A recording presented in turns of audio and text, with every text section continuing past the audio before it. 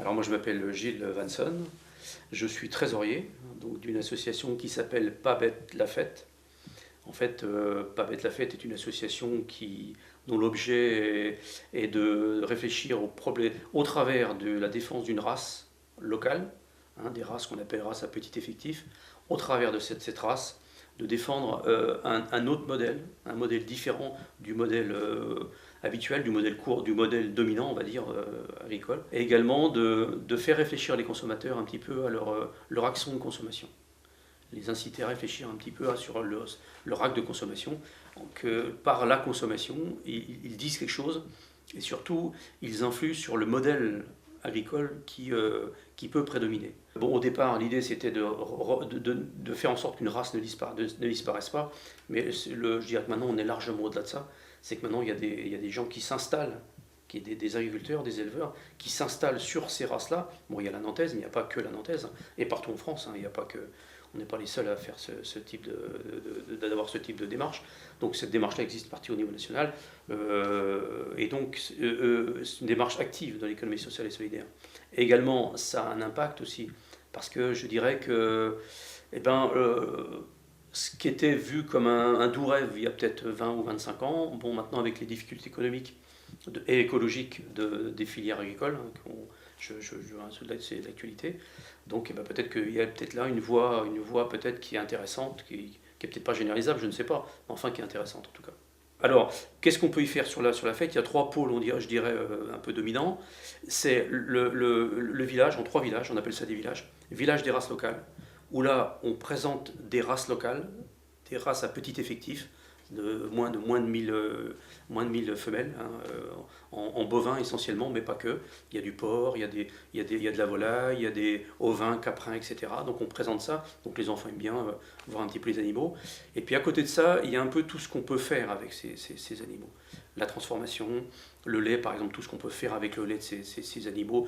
Il y a des restaurateurs qui présentent un petit peu le travail qu'ils peuvent faire avec ces produits. À côté de ce village, donc, il y a le village de l'invité d'honneur, parce qu'à chaque édition de la fête, on a un invité d'honneur, c'est-à-dire une race, une espèce, une race à petit effectif, invité d'honneur, et sa région, bien sûr. Donc l'idée, c'est de faire venir, bien évidemment, l'animal, ou quelques exemplaires de cet animal, et surtout sa région, tout son bassin, un peu là, tout le dynamisme qu'il peut y avoir autour de cette race dans son secteur. Et puis le troisième village, c'est ce qu'on appelle le village des initiatives solidaires. Et là, qui reprend, je dirais, en plein l'économie sociale et solidaire.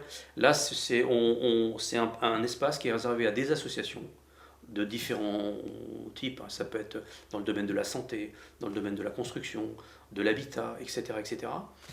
Géobiologie, enfin tout ce qu'on peut trouver, qui viennent se présenter un petit peu ce qu'ils font, et puis répondre aux questionnements du public. C'est 45 000 personnes. Donc voilà, alors maintenant c'est tous les 4 ans, parce que la préparation est beaucoup plus importante, donc on se donne quand même un temps de préparation plus important. C'est 45 000 habitants, c'est 45 000 personnes en public, en 1300 bénévoles. Aujourd'hui, c'est 1300 bénévoles. Ça touche, je dirais, bon, le Grand Ouest, bien sûr, mais plus que maintenant. Au départ, c'était très localisé, puis petit à petit, ça a tendance à se... Maintenant, on va dire que c'est au niveau tout l'arc ouest, en partant de Normandie jusqu'à Bordeaux. Ce qui fait que ça fonctionne, c'est que on a affaire c'est des gens qui sont passionnés, qui croient à ce qu'ils font, au message qu'ils veulent faire passer. C'est également un moment festif, faut pas se le cacher. On prend du plaisir à être ensemble à ce moment-là.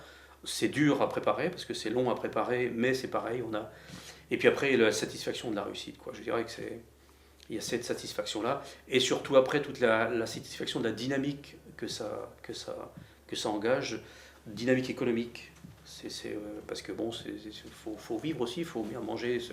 Donc il y a une dynamique économique et puis petit à petit, ça fait son chemin dans les têtes. Et voilà, la satisfaction, je dirais qu'elle est essentiellement là.